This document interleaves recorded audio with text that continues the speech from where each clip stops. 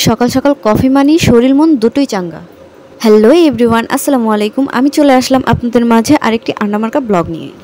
অনেক দিন অসুস্থ থাকার পর সুস্থ হয়ে প্রথমে ক্যাম্পাসে চলে গেলাম ফ্রেন্ডদের সাথে দেখা করতে।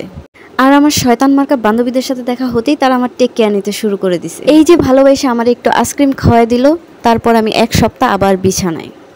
যাই হোক, আইসক্রিম খাওয়ার পর আমাদের মাথায় উঠছে শয়তান, আর ক্লাস না করে আমরা বের হয়ে বসি ঘোরাঘুরি করতে।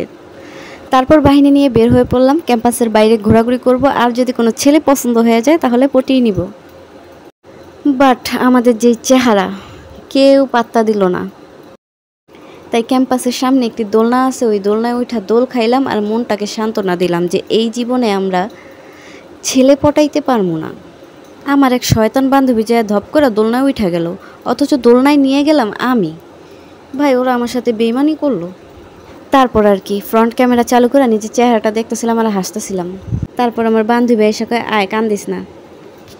তারপর দোলনা পায় তো আমি মহা খুশি, এমন হাসি দিছি একদম সামনে যদি দুই একটা পোলা থাকতো পুরাই পইটা যেত। যাই হোক, আজকের এই আন্ডামার্কা ব্লগটি আমার এই পর্যন্তই। আল্লাহ হাফেজ, দেখা হবে আরেকটি ভিডিওতে।